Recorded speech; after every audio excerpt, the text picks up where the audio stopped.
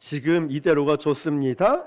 자, 이게 좋다는 뜻은 아니겠죠. 우리가 이 말씀을 이해하기 위해서는 지난주 말씀을 조금 되새겨 볼 필요가 있습니다. 열왕기상은 10명의 왕이 아니라고 했죠. 나열하다의 10자이기 때문에 북이스라엘 10명, 남유다의 10명, 총 20명의 왕이 등장을 합니다. 자, 이 열왕기상을 기본 구조가 아무래도 역사서이다 보니까 지난 시간 말씀을 이해하지 못하면은 이게 무슨 얘기지? 도대체 무슨 말씀이지? 헷갈릴 수가 있습니다. 그래서 지난주에 나누었던 말씀을 잠시 복습을 하고 어떻게 마무리가 되어서 오늘 이어지는지를 함께 보면은 도움이 되리라 생각됩니다. 자, 솔로몬은 궁궐 내부에서 어떤 공사 현장이 있었던 것 같은데 그 공사 현장에서 한 청년을 보게 됩니다. 굉장히 성실하고 부지런한 청년이었죠. 그 이름이 뭘까요? 여로보암입니다. 자, 여로보암인데 여로보암은 금수저 출신도 아니고 일찍 아버지를 여인 과부의 아들이었습니다. 지금으로 말하면 흙수저 같은 상황이죠. 그런데 여로보암은 굉장히 성실하고 근면했기 때문에 솔로몬 왕이 딱 보니까 눈에 띄는 거예요. 야, 너무 열심히 한다. 참 근면 성실하네. 그래서 여로보암을 솔로몬의 부하로 근무를 시작하게 됩니다. 그러면서 여로보암은 성장을 겪게 되죠. 그러다가 예루살렘에서 나가는 어느 길목에서 당시 선지자가 누구였을지 기억나십니까? 아히야라는 선지자가 있습니다. 선지자와 운명적으로 길에서 만나게 되죠. 그런데 그날따라 아히야 선지자가 새 옷을 입고 있었는데 그러면서 여로보암을 길에서 만나자마자 아주 엄청난 퍼포먼스를 보입니다. 어떤 거였을까요? 옷을 12조각으로 찢기 시작을 하는 거죠. 이게 지금 뭐 하는 짓이지? 새 옷을 막 12조각으로 찢었다는 거죠. 그리고 이런 말을 합니다. 이것은 하나님의 말씀인데 너에게 찢은 옷 10조각을 너에게 나눠주겠다. 그 말은 10지파를 이야기하는 거겠죠. 다시 말해서 한 나라의 큰 축을 여로보암 네가 맡게 될 것이다. 하나님이 그렇게 말씀하셨다는 거죠. 자, 이런 굉장히 엄청난 이야기를 이 청년이었던 여로보암이 듣게 됩니다. 그런데 이 말은 굉장히 위험한 말이었습니다. 왜냐하면 이 당시 왕은 누구였죠? 솔로몬이었다는 거죠. 솔로몬이 왕이었는데 아니 지금 이 나라의 왕은 난데 네가 지금 이 땅을 가져간다고? 그런데 지난 시간 나누었던 것처럼 여로보암도 말하지 않았고 아히야 선지자도 말하지 않았어요. 근데 이걸 어떻게 알았느냐? 성경에는 명확하게 기록되어 있지 않지만 우리가 다윗과 사울과의 관계를 이야기를 하듯이 이 시기 질투를 통하여서 아무 이유 없이 솔로몬이 이 성장하고 있는 여로보암을 시기하고 질투하기 시작했다라는 거죠. 우리는 높은 위치에서 하나님의 섭리겠거니 이렇게 생각할 수밖에 없다는 거죠. 어쨌든 솔로몬의 마음속에 여로보암에 대한 이 살이가 일어나기 시작합니다. 죽이려고 했다는 거죠. 그러자 여로보암이 그 당시 가장 강대국이었던 애굽으로 피신을 해서 거기서 생활하게 됩니다. 여로보암이 어디로 갔다고요? 애굽으로. 지난 시간 그전 시간 대적자들에 대해서 나누었죠.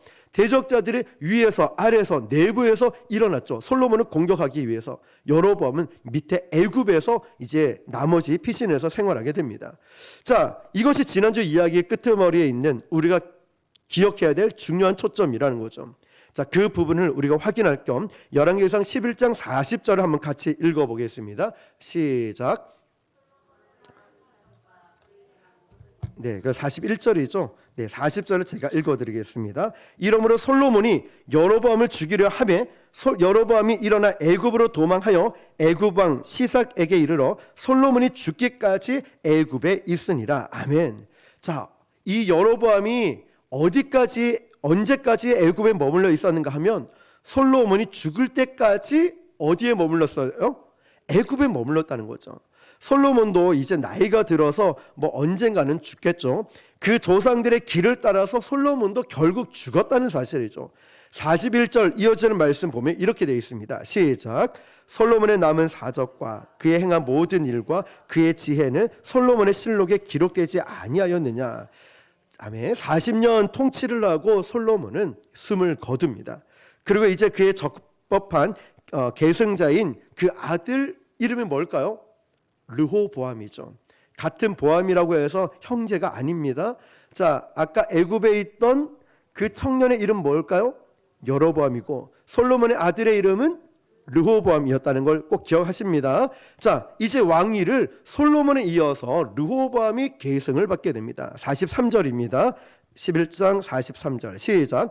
솔로몬이 그의 조상들과 함께 잠에 그의 아버지 다윗의 성읍에 장사되고 그의 아들 르호보암이 대신하여 왕이 되니라. 아멘.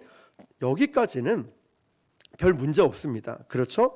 그런데 솔로몬은 이때 또 역사의 한 페이지를 장식하고 조상의 길로 이제 돌아갔고, 이제 이스라엘에는 솔로몬의 아들 합법적인 계승자 그 아들의 이름이 르호보암이죠. 일어나서 왕위를 계승하게 됩니다. 그런데 언젠가 정권 교체의 길을 보면은 항상 혼란과 위험이 도사리는 걸 보게 되는데, 어느 나라든지 마찬가지입니다. 어떤 일이 이제 이 르호보암이 왕이 되고 나서 12장으로 넘어갑니다. 왕이 되고 나서 어떤 일이 일어난지 한번 읽어볼게요. 1절 시작. 르호보암이 세겜으로 갔으니 이는 온 이스라엘이 그를 왕으로 삼고자 하여 세겜에 이르렀습니다. 아멘. 왕이 되자마자 이 노란 글씨 어디로 갔다고 했죠? 자, 세겜. 모세오경을 공부한 사람은 알 거예요. 세겜이 어느 위치인지. 모르면 공부 다시 해야 되고요. 자, 근데 왜 세겜으로 갔을까? 이 질문을 해보죠. 이 세겜은 이스라엘 민족사에서 굉장히 중요한 상징이 담겨 있는 장소입니다. 그 이유를 알아야 오늘 본문을 우리가 이해할 수 있는데요. 먼저 배경이 되는 여호수아 24장 15절 16절을 읽어볼게요. 시작. 만일 여호와를 섬기는 것이 너에게 좋지 않게 보이거든 너희 조상들이 강 저쪽에서 섬기던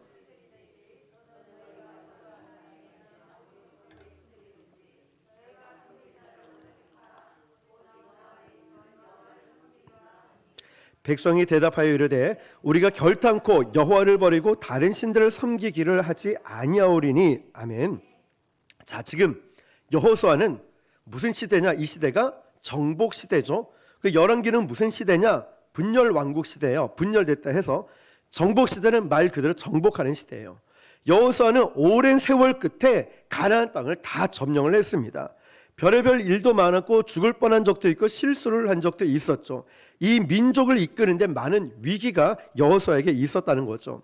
어쨌든 세월이 지나서 이제 가나안 땅이 다 점령이 되고 여호수아도 늙었겠죠.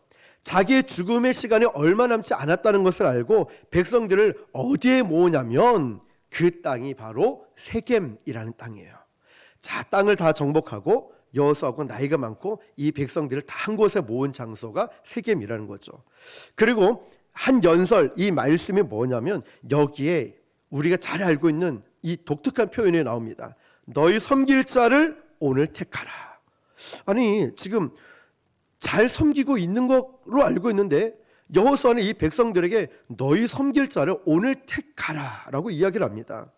우상을 섬기든지 하나님을 섬기든지 오늘 택하라. 세겜에서 요구한 선택의 기로라는 거죠. 우리도 신명기 말씀을 보면 이제 가나안 땅에 들어갈 이 백성들을 향해서 모세가 어떻게 하면 복을 받고 어떻게 하면 저주를 받고 그 땅에서 어떻게 살아야 될지를 다 얘기를 해놓고 나서 모세가 말합니다. 너희는 이제 선택해라. 에발산의 저주를 선택할 것인가, 그리심산의 축복을 선택할 것인가, 너희는 오늘 결정하라. 충분히 설명을 해놓고 결정할 자유를 백성들에게 줬다는 거죠. 오늘 이 백성도 세겜에서 요구한 선택의 기로에 놓여져 있습니다. 여러분, 이스라엘 백성에게 하나님을 섬기는 문제가 선택의 문제일까요? 오늘 제가 여러분에게 묻습니다. 여러분, 하나님 믿으세요? 예수님 믿으세요? 이러면 이게 선택의 문제입니까? 아니죠. 당연히 믿으니까 이 자리에 나왔죠. 금요일에 얼마나 피곤합니까? 또 쉬고 싶은 마음도 있지만 이 자리에 나와서 기도하고 예배를 한다는 건 당연히 하나님을 믿으니까, 당연히 예수님을 믿으니까 나왔는데 이건 선택의 문제가 아닌데 선택해라 라고 이야기를 하고 있습니다. 그래서 우리는 여기에 나오는 텍스트를 넘어서서 하나님의 표징과 뉘앙스를 놓쳐서는 안 된다는 사실이에요. 이게 무슨 말이냐면, 쉽게 표현하면 예를 들어서 집에서 어머니가 아들을 키우는데 이 아들의 별명이 청개구리예요. 꼭 반대로 하는 애들이 있죠. 무슨 말만 하면 싫어요. 무슨 말만 하면 아니에요. 야, 정말 청개구리 같은, 우리 집에도 있는 것 같아요. 어쨌든 청개구리도 있어요. 막 말만 하면 거꾸로 얘기하고, 내가 없어요. 내가 없고 무조건 아니요, 잠깐만요, 나중에요, 내라고 말하지 않는 거예요. 어떻게 해도 말을 안 듣고 반대로 말하고 순종을 하지 않으니까 설득하다가 어머니가 이제 화가 끝까지 나서 마지막에는 할 수 없이 얘기하는 거예요. 뭐라고 말할까요? 네 마음대로 해, 네 마음대로 해. 그러면 어머니가 나를 이해하고 나에게 자율권을 줬구나. 어머니가 이해한 게 아니죠. 그건 설득이 된 게 아니죠. 워낙에 말을 안 들으니까 네 마음대로 해. 그 말은 그 아들에게 선택권이 있다는 게 아니잖아요. 바로 이런 거예요. 야, 너희는 당연히 하나님을 믿어야 되는데 네 마음대로 해라. 이런 뉘앙스라는 거죠. 우상을 섬기든지 하나님을 섬기든지 마음대로 해. 이런 뜻이라는 거죠. 하나님을 섬기는 일 후에는 선택의 여지가 없습니다. 무조건 우리는 하나님을 믿고 살아가야 됩니다. 이렇게 강하게 말하기 위해서 이 문구가 사용된 거예요. 그래서 백성들은 이렇게 답변을 내놓죠. 15절 16절 시작. 만일 여호와를 섬기는 것이 너희에게 좋지 않게 보이거든 너희 조상들이 저쪽에서 섬기던 신들이든지 또는 너희가 거주하는 땅에 있는 아무리 족속의 신들이든지 너희가 섬길 자를 오늘 택하라. 오직 나와 내 집은 여호와를 섬기겠노라 하니 백성이 대답하여 이르되 우리가 결단코 여호와를 버리고 다른 신들을 섬기기를 하지 아니하오리니. 아멘. 여기에 비로소 이스라엘은 정식으로 가나안 땅을 딱 점령하고 나서 온전한 하나님의 백성, 하나님 나라 국가로 자리매김하고 출발하는 그 출발선상에 있는 위대한 장소가 어디라고요? 세겜이라는 거예요. 자, 이걸 놓쳐서는 안 되는 거예요. 왜냐? 15절 말씀처럼 야, 너희가 볼 때 여호와 섬기는 것이 너희가 좋지 않게 보이면 너희 조상 강 저쪽에 있는 섬기는 신들이든지 너희가 거주하는 땅에 있는 아무리 족속의 신들이든지 네 마음대로 해. 네 마음대로. 물어보니까 16절에는 아니요, 우린 결단코 여호와를 떠날 수 없습니다 이야기를 하는 거야. 그 장소가 어디냐? 하도 이 백성들이 말을 안 듣고 이러니까 지금 이제는 이 가나안 땅은 하나님 나라 하나님 백성으로 살아가야 되니까 그 출발선상 백성들이 모여있는 그 위대한 장소가 어디라고요? 맞아요, 세겜이라는 거예요. 이게 장소가 세겜이요. 자, 그러면 다시 지금 르호보암이 여기를 백성들을 데리고 찾아가는 거예요. 그러면서 새로운 정권의 출발을 이제 내가 왕이야 르호보암이 알리면서 이제 자기 왕위에 대한 신학적 정통성을 이제 확보하기 위해서 세겜이란 땅을 찾은 거예요. 아까 앞서 말씀드렸죠. 여호수아가 이제 여호와만 섬기는 땅이 거룩한 땅이 되겠다라는 위대한 장소의 출발점이 세겜이었던 것처럼 르호보암이 백성들을 데리고 여기서 딱 출발을 하는 거예요. 자, 이때 이 나라의 한켠에서 이상한 일이 벌어집니다. 열왕기상 12장 2절 3절입니다. 시작. 느밧의 아들 여로보암이 전에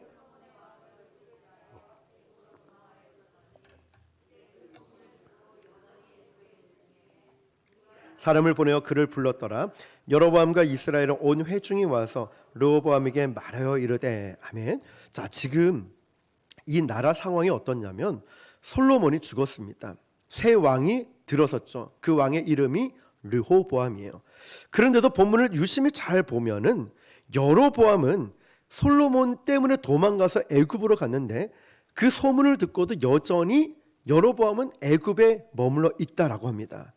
그러니까 여러분, 여로보암은 솔로몬이 죽었으니까 이제 돌아가야 되겠다라는 마음이 있습니까? 없습니까? 그 마음이 없었다는 거죠. 그냥 솔로몬 죽었구나, 그 마음으로 그냥 애굽에 머물러 있었다는 거죠.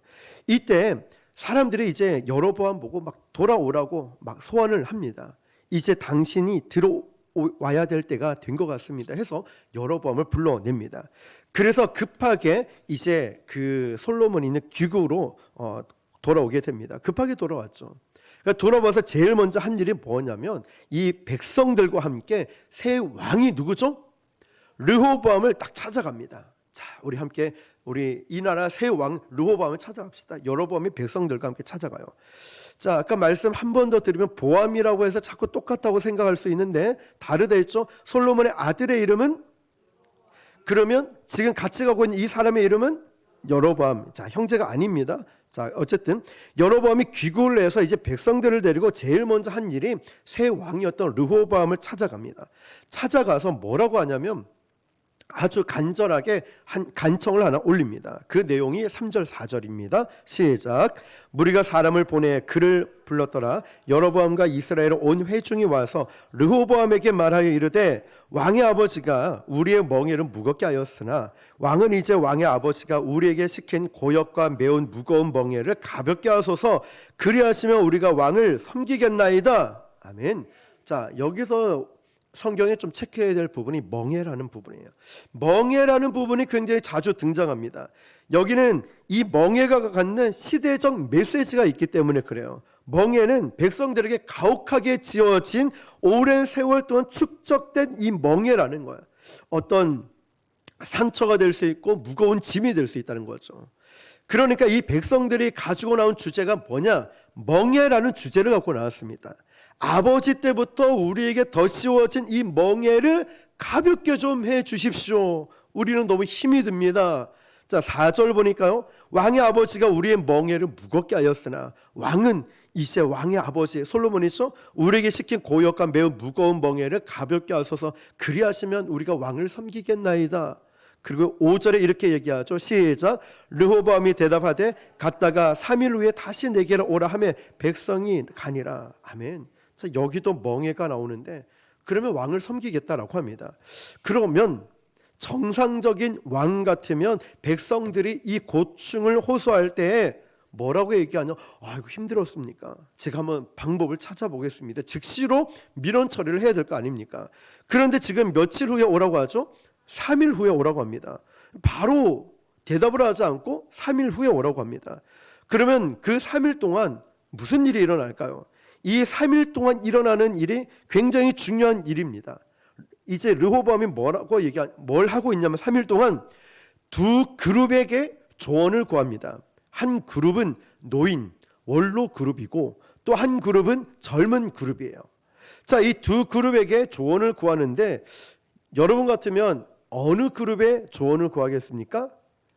원로, 노인 그룹에 좀 구해서 연장자니까 세상을 많이 사셨으니까 우리 구하지 않겠습니까?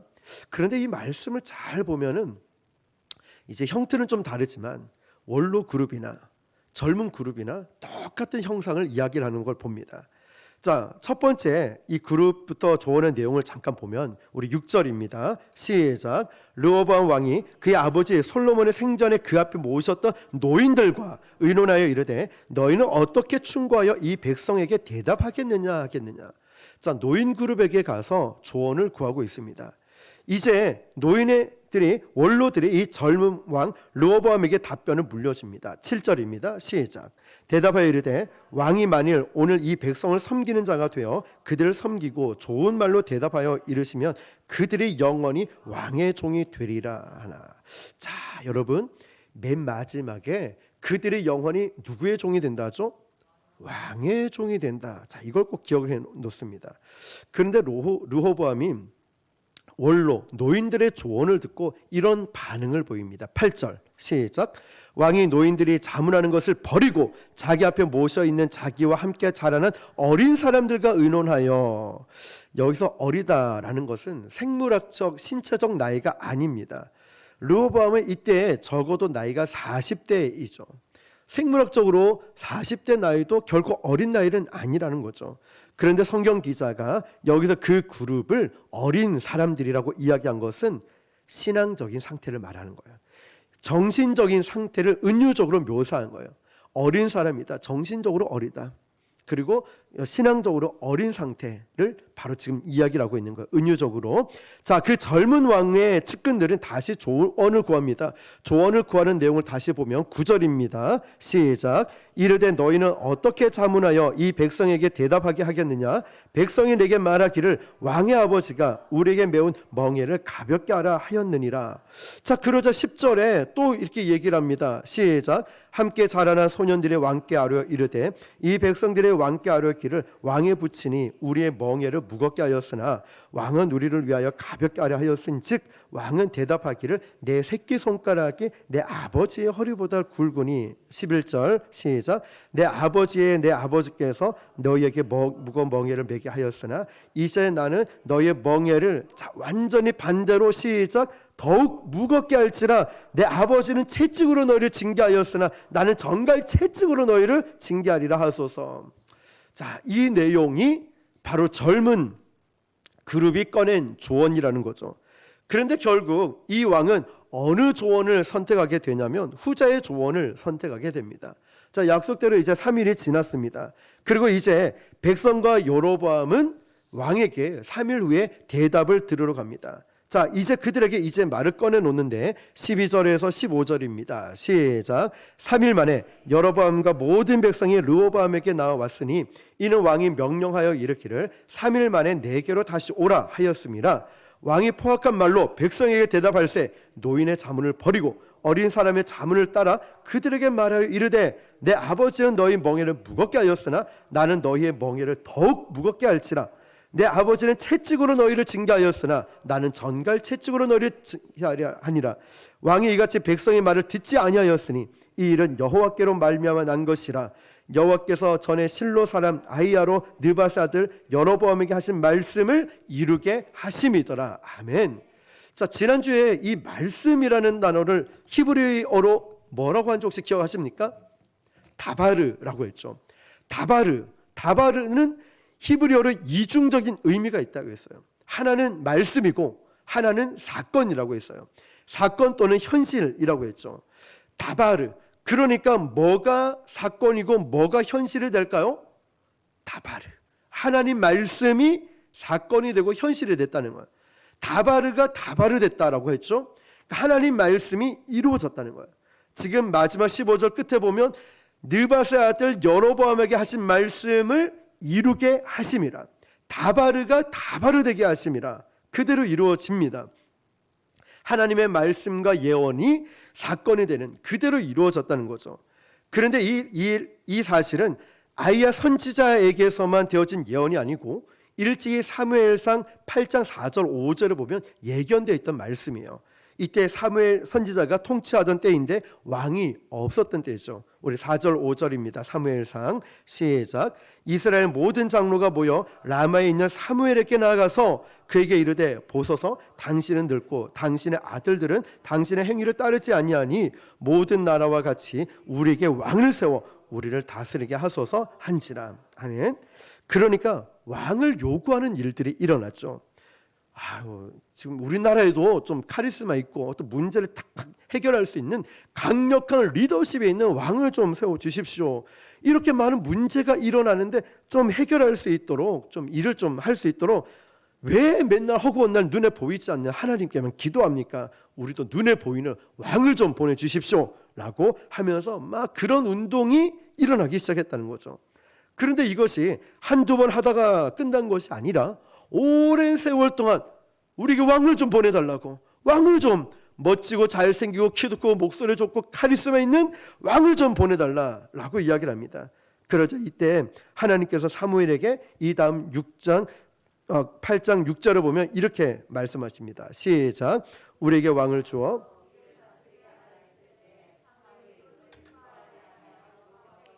그때도 사무엘은 여호와께 기도했다는 거죠. 그때 하나님이 이렇게 응답하십니다. 7절 시작.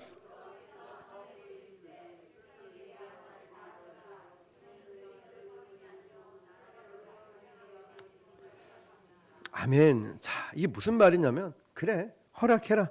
이 백성이 뭐 한두 번 그런 것도 아니고 요구하는데 그래 내버려둬라 이러면서 이는 그들이 너를 버림이 아니라 나를 버려서 자기들의 왕이 되지 못하게 하려 함이라. 그래서 이제 여호수아 넘어서면 사사기의 주된 문장이 뭡니까?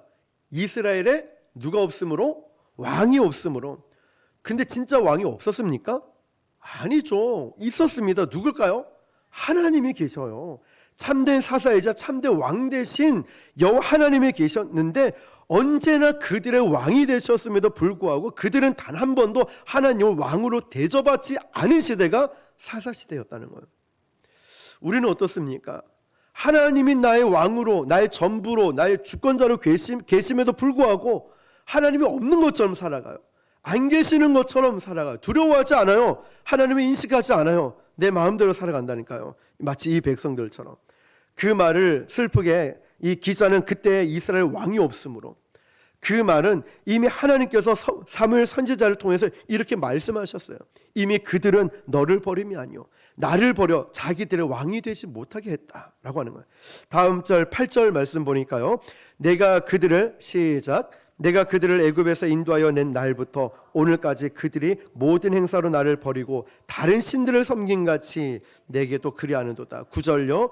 그러므로 그들의 말을 듣되 너는 그들에게 엄히 경고하고 그들을 다스릴 왕의 제도를 가르치라. 아멘.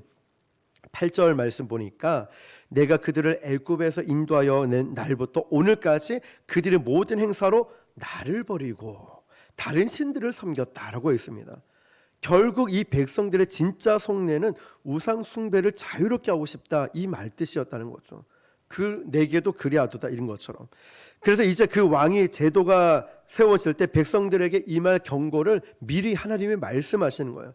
그 내용을 제가 읽어드리면 사무엘상 8장 10절 11절 말씀이요. 사무엘이 왕을 요구하는 백성에게 여호와의 모든 말씀을 말하여 이르되 너희를 다스릴 왕의 제도는 이러하니라. 그가 너희 아들들을 데려다가, 자, 아들들을 데려다가, 이 말뜻이 뭐냐면 강제로 끌어다가 이 뜻이에요. 데려갔다는 것은 강제로 끌어다가, 그러니까 집집마다 백성들의 어린 아들들을 끌어다가 그의 병거와, 병거는 왕의 병거입니다. 말을 어거하게 하리니, 말을 어거하게 하리는 좀 풀어서 썼지만 종을 삼는다 이 뜻이에요. 그리고 그 병거 앞에 달릴 것이며, 이 말은 그들의 노역과 삶이 얼마나 고달파질 것인가를 암시하고 있는 그림이라는 거죠. 그 다음 사무엘상 8장 12절 보니까요. 그가 또 너희의 아들들을 천부장과 50부장을 삼을 것이며 자기 밭을 갈게 하고 자기 추수를 하게 할 것이며 자기 무기와 병거와 장비도 만들게 할 것이며 그가 또 너희의 딸들을 데려다가 향료와 만드는 자와 요리하는 자와 떡 굽는 자로 삼을 것이며. 아멘. 근데 여러분, 이 말씀을 잘 깊이 보면은 이 전부 누가 하는 사역인지 아십니까? 종들이 하는 사역인 거예요. 종들이 하는 일들을 이 아들들을 끌어다가 이 고역을 삼고 있다는 말이에요. 이어지는 14절 15절 보니까요. 그가 또 너희의 밭과 포도원과 감람원에서 제일 좋은 것을 가져다가 자기의 신하들에게 줄 것이며 그가 또 너희의 곡식과 포도원 소산의 11조를 거두어 자기의 관리와 신하에게 줄 것이며 그가 또 너희의 노비와 가장 아름다운 소년과 나귀들을 끌어다가 자기 일을 시킬 것이며, 또 이어지는 16절 보면 너희 양떼의 10분의 1을 거두어 가리니 너희가 그의 종이 될 것이라. 아멘. 16절을 잘 보면은 너희 양떼의 10분의 1을 거두어 가리니, 그러고 마지막에 뭐가 된다고 했죠? 종이 된다고 기록되어 있습니다. 이것이 사무엘 선지자가 왕의 제도가 세워질 때 이 백성들에게 이제 일어나게 될 폐해를 경고하고 있는 거예요. 야, 너희들 지금 왕을 세우면, 세상에 왕을 세우면 너희는 종이 될 거다. 결론적으로 말하면 너희는 종이 될 거다, 이 말인 거죠. 지금 먼 역사의 훗날 우리가 지금 열왕기상 12장을 보면서 사무엘상에서 이미 그런 일들이 일어나고 있는, 실현되고 있는 걸 보고 있다는 거죠. 지금 다시 돌아오면 여로보암과 이 백성들이 솔로몬의 아들 여로보암 왕에게 가서, 솔로몬의 아들이 가서 여로보암이 왕에게 가서 요구했던 소총이 뭐냐면은 우리들 등에 멍에를 쥐고 있습니다. 겹겹이 쌓여 있는 이 무거운 멍에를 좀 벗겨 주십시오. 누구에게 말합니까? 르호보암에게. 너무 힘들다고, 세상의 왕을 찾아갔다고요. 내가 너무 힘드니까, 너무 아프니까, 고통스러우니까 세상의 왕을 찾아갔어요. 세상의 힘을 찾아갔어요. 세상의 돈을 찾아갔어요. 세상 것을 찾아갔다는 거예요. 이 지금 백성들이. 솔로몬은 통치 40년 내내 지금 뭐 한지 우리 배워왔잖아요. 성전 건축하고 부속 건물 짓고 땅 넓히고 토목 공사하고, 거기에 들어간 엄청난 재정들이, 엄청난 노동력들이 누구로부터 착취한 겁니까? 온 백성들로부터 착취한 거였어요. 1장부터 우리가 쭉 말씀을 통해 배우고 있지 않습니까? 말씀드렸지만 솔로몬의 그 성전은 하나님이 결코 기뻐하는 성전이 아니었다는 사실이죠. 하나님께로부터 솔로몬은 지혜를 받았습니다. 그런데 그 지혜를 엉뚱한 데 썼다는 거죠. 그리고 전부 백성들을 지금 뭘 삼고 있냐면 자기의 종으로 삼고 있다는 거예요. 그러니까 정권이 바뀌자마자 그동안 한을 쌓아서 축적해 있던 아픔과 슬픔, 분노, 이 불만들을 여로보암을 딱 앞세워가지고 이걸 다 르호보암에게 쏟아놓고 있다는 거죠. 이제 당신의 아버지 때 이 노역을 더 이상 백성에게 얹히지 마십시오. 우리 멍에를 좀 벗겨주십시오. 자, 이것이 세상의 왕입니다. 이 땅의 모든 인생들이 살아가는 삶의 본질이 이래요. 양태는 다르지만 오늘도 우리 성도들 가운데 누구나 이런 멍에가 있어요. 물질의 멍에를 너무 가난해서, 직장이 없어서, 아니면 가슴 상처 때문에, 아니면 어떤 가정 환경들 때문에, 건강 때문에 이런 멍에를 하나 잔뜩 쥐고 있어요. 그 멍에를 신음하고 짓눌려 있다는 거죠. 세상 왕을 찾아가면 안 된다는 걸 지금 말씀하고 있는 거예요. 르호보암에게 찾아가봤자 자기의 종으로 삼으려고 더 고역을 하고 있다는 이 말씀을 보았죠. 그런데 여러분, 예수님은 이때 뭐라고 말씀하셨을까요? 왕 중에 진짜 왕, 참된 왕이신 예수님은 마태복음 11장에서 이런 초대를 저와 여러분에게 하고 있어요. 수고하고 무거운 짐진 자들아, 다 내게로 오라. 내가 너희를 쉬게 하리라. 나는 마음이 온유하고 겸손하니 나의 멍에를 메고 내게 배우라. 그리하면 너희 마음이 뭘 얻는다고 했죠? 쉼을 얻으리니.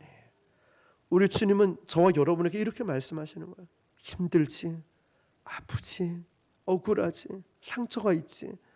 세상 사람 찾아가요. 돈 있는 사람, 힘 있는 사람, 빽 있는 사람, 뭔가 좀 찾아가서 나 좀 도와달라고, 나 좀 도와달라고. 오히려 등쳐먹거나, 오히려 막 사기치거나, 오히려 막 이용하거나, 오히려 소문을 퍼뜨리거나, 오히려 뒤에서 헌담을 하면서 내 마음에 또 한 번의 아픔을 가져다 주는 이 세상의 이 왕들을 보십시오. 세상 왕이 아니에요. 르호보암을 찾아가는 게 아니에요. 우리 주님을 찾아가니까 수고하고 무거운 짐진 자들아, 다 내게로 오라. 다 내게로 오라. 내가 너희를 쉬게 하리라. 주님, 저 쉬고 싶어요. 나 정말 쉬고 싶어요. 주님, 마음의 평안을 얻고 싶고요, 마음의 안정을 좀 갖고 싶어요. 우리 주님이 말씀하시는 거예요. 그래, 다 내게로 와. 내가 너희를 쉬게 할 거다. 너무 쉬고 싶어요.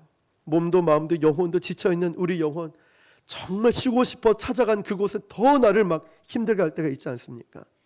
그러니까 이 땅에 절대 힘을 가진 왕이 우리 멍에를 가볍게 해주는 게 아니라니까요.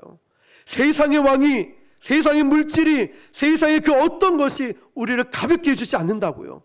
여러분, 우리는 여전히 그들에게 보이지 않는 그 힘에 묶여서 종살이를 하는 거예요. 끌려가는 거예요, 계속. 그런 멍에에 가득 짓눌린 백성에게 유일하게 참된 안식과 쉼을 주는 분이 누구라고요? 예수밖에 없다는 거예요. 주님밖에 없다는 거예요. 그래서 주님께로 달려 나오는 거예요. 어려워도 아파도 두려워도 주님께 나오는 거예요. 주님, 내가 주님 만나러 왔어요. 주님, 나 좀 도와주세요. 나 너무 힘이 듭니다. 그 처절하고 절박한 심정을 가지고 우리 주님 앞에 쏟아놓는 거예요. 세상 왕 의지해봤잖아요. 세상 사람 의지해봤잖아요. 안 되잖아요. 주님밖에 없잖아요. 예수님밖에 없잖아요. 그리고 이것은 이미 선지자들로 통해서 예견된 상황이었어요. 이제 여러분, 이 말씀을 들으면서 지금 솔로몬의 아들 르호보암이 새 왕이 됐죠. 신학적 정통성을 확보하기 위해서 세겜이라는 그 여호수아 때 위대한 그 장소에 딱 찾아간 거예요. 그 왕에게 지금 여러분들의 입장을 대비시켜서 지금 묻고 있는 거예요. 여러분들의 그 왕이라면 그 원로의 그룹과 젊은 그룹 조언을 여러분들이 들었다라고 합시다. 그럼 여러분들은 어느 조언을 선택해야 될까? 나이 든 노인들의 그룹, 젊은 사람의 그룹, 어느 그룹의 말을 들어야 될까? 먼저 원로들이 말한 이 그룹을 한번 생각해 볼 필요가 있어요. 우리 12장 7절을 같이 읽어볼게요. 성경을 찾아주시고요. 열왕기상 12장 7절 시작. 대답하여 이르되 왕이 만일 오늘 이 백성을 섬기는 자가 되어 그들을 섬기고 좋은 말로 대답하여 이르시면 그들이 영원히 왕의 종이 되리이다 하나. 아멘. 섬긴다는 이 표현 때문에 우리가 속아요. 우리는 여기서 세 단어를 기억해야 됩니다. 첫 번째는 원로들이 한 이야기죠. 이 백성을 섬기는 자가 되어, 섬기는 자가 되어. 두 번째는 그들에게 좋은 말을 하십시오. 세 번째는 그렇게 하면 왕의 뭐가 된다고요? 종이 된다. 섬긴다, 좋은 말, 종이 된다. 세 가지. 여러분 사무엘 선지자를 통해서 일찍이 경고했던 결론이 뭔지 아십니까? 너희들 그 왕을 세우면 너희들 다 종 삼을 거야. 고생할 거야. 힘들 거야. 지금 이 조언하고 있는 원로들의 입장을 한번 보십시오. 죄송하지만 여기 나오는 노인들 지혜로운 사람들이 아니었어요. 무슨 얘기냐면 왕이셔. 이대로 가면 됩니다. 아버지 솔로몬 때처럼 이대로 가면 됩니다. 좋은 말로 구슬이고 섬기는 자가 돼서 하면 왕의 종이 될 겁니다. 지금 이대로 가자. 오늘 말씀 제목처럼 지금 이대로가 좋습니다. 지금 이대로 좋습니다. 갑시다. 이야기하는 거예요.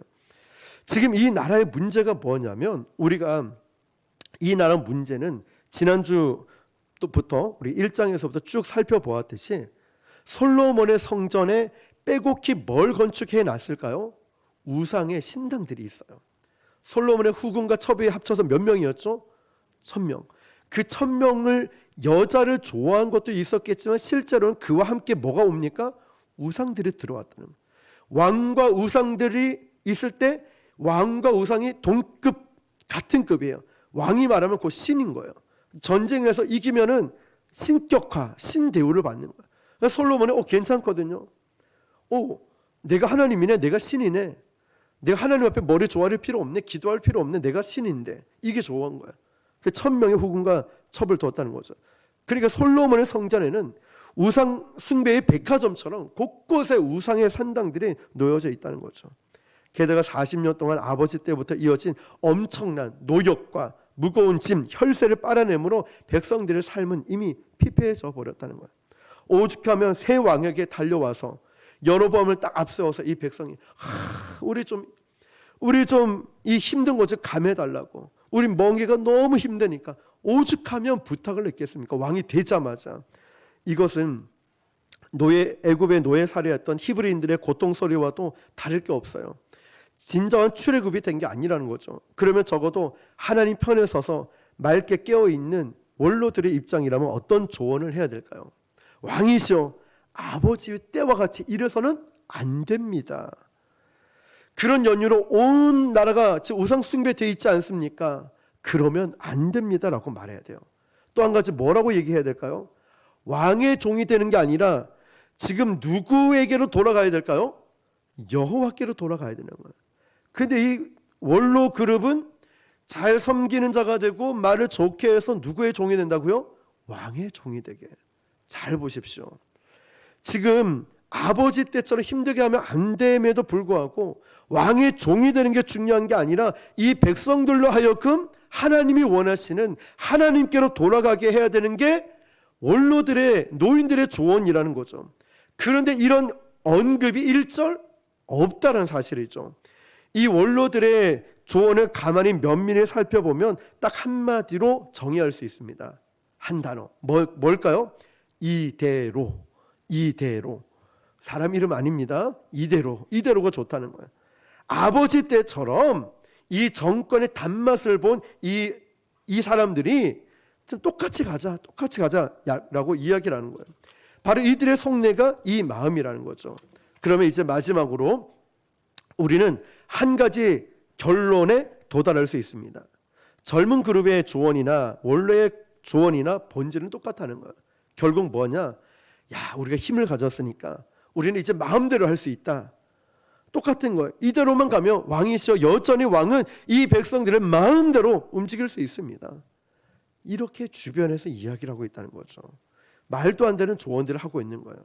여러분, 결국 인간은요, 어떤 문제든지, 큰 문제나 소소한 문제든지 갑자기 어떤 문제에 딱 맞닥뜨리게 되면은 이런 질문을 하게 됩니다. 이게 나한테 이익이 될까? 이게 나에게 손해가 될까? 이런 생각을 합니다. 잘 보세요. 결국 우리의 과제, 우리의 질문은 하나님이냐 세상이냐. 믿음이 좋은 사람도 믿음이 연약한 사람도 하나님이냐 세상이냐. 또 어떤 사람은 이게 지금 나에게 편하느냐 불편하냐, 이런 프레임이 있어요. 이런 생각들. 그런데 진짜 질문이 뭔지 아십니까? 이게 정말 하나님의 영광이 되느냐 아니면 하나님의 영광이 되지 않느냐. 이게 정말 하나님이 기뻐하시는 일이냐, 그렇지 않느냐. 여기에 포커스를 맞춰야 되는데 지금 엉뚱하게도 엉뚱한 프레임으로 나에게 유익이 될까?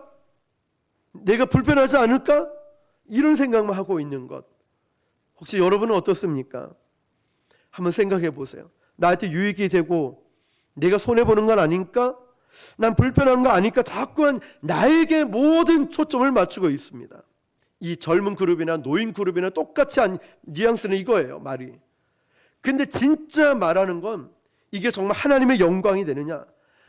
이들의 종이 아니라 여호와의 종이, 하나님의 종. 지난 수요일에 배웠죠. 둘로스, 종이 아니라 실제는 노예, 슬레이브라고 했잖아요. 노예, 사랑의 노예가 된다고. 내가 정말 주님의 종이 되었는가? 라는 말이죠.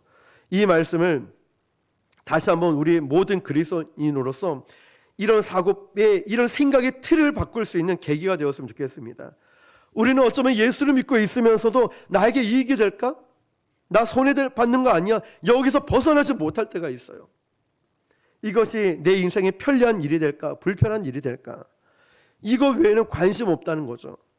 하나님의 선하시고 의로우시고 온전한 뜻이 무엇인지 분별하는 게 중요한데도 우리는 다른 것에 빠져 있을 때가 있어요. 르호보암은 이 조언을 선택한 것 같아 보였지만 결국 둘 다 실패를 하게 됩니다. 정작 노인의 조언도 하나님께 시선을 돌리게 하는 게 맞았습니다. 주만 바라볼지라. 그런데 자기의 정권의 단맛을 보니까 이대로 좋습니다. 이대로 좋아요. 우리 신앙도 이렇게 하면 우리 교회 뭐 잘 됩니다. 기도 말씀 없이 그냥 뭐 프로그램 돌려가면서 유명인들 초청해서 이러면 됩니다. 영적인 사역이 이루어지는 게 아니라 그냥 프로그램과 이벤트성화되고 교회가 마치 정치권화 돼버리고 교회가 세속화 돼버리는, 병 들어가는 거 이걸 알지를 못해요. 깨닫지 못해요. 그러면 누군가가 목사님 우리 기도회를 합시다. 누군가가 전사님 기도합시다. 강사님 우리 뜨겁게 부르시고 기도합시다. 우리 성도들 청년들 모아서 지금 기도합시다. 이 영적인 일들이 일어나야 되지 않겠습니까? 하나님께로 돌아가야 되지 않겠습니까? 여호와께로 돌아가야 되지 않을까요? 이런 말들 말이죠. 자기네 정권에 맞는 이런 일들이 여기가 좋습니다. 이대로가 좋습니다. 갑시다 하는 거예요. 오늘 이 말씀이 이 땅을 혼탁한 시대를 살아갈 때 다시 한번 우리가 돌아보았으면 좋겠습니다. 세상의 왕은 그래요. 이 멍에를 더 크게 지어져 버릴 수밖에 없어요. 진정한 참된 왕은 수고하고 무거운 짐진 자들아 다 내게로 오라. 내가 너희를 쉬게 하리라 말씀하시는 거예요. 주변 사람들의 조언은 자꾸만 이익이 되냐 불편하냐 손해가 되는 거 아니냐 이걸 따지지만 진짜 조언은 여호와께로 돌아가자. 다시 말하면 너 지금 이러면 안 돼. 예배 드려야 돼. 숫자를 채우는 게 중요한 게 아닙니다. 빈자리를 채우는 게 중요한 게 아니에요. 예배를 드려야 내 영혼이 사니까. 기도를 해야 내 영혼이 사니까. 그래야 분별의 영이 있고 통찰의 영을 받아야 이 땅을 살아갈 수 있으니까. 뭔 자리 하나 채우려고 부르겠습니까? 아닙니다. 빈자리 채우는 게 중요합니까? 아니죠. 영혼이 살아야죠. 그것 때문에 보고 그것 때문에 예배하고 그것 때문에 자꾸 연락하는 거 아니겠습니까? 영혼이 살아야지. 이런 참된 조언을 할 수 있는 그런 교역자가 되고 그런 우리 주변의 리더가 되고 그런 기도하는 자들이 일어나야 된다는 거예요. 지금 잠자고 있는 성도들, 시험 든 성도들, 장기 결석자들, 아직 예수를 모르는 자들에게도 그렇게 정확하게 말을 해줄 수 있어야 돼요. 정확하게 해줄 수 있어야 돼요. 그들에게 예수님 믿어. 이 불편하냐 유익이냐 손해냐 이게 중요한 게 아니라 진짜이신 왕 대신 예수님을 만나게 참된 말을 해줄 수 있는 그런 영적 지도자 저와 여러분 우리 모두가 될 수 있기를 주님의 이름으로 축원합니다. 우리 시간 함께 기도하겠습니다. 두 가지죠. 한 가지는 내가 세상의 왕을 쫓아갔던 그런 어리석음이 있지 않는가. 더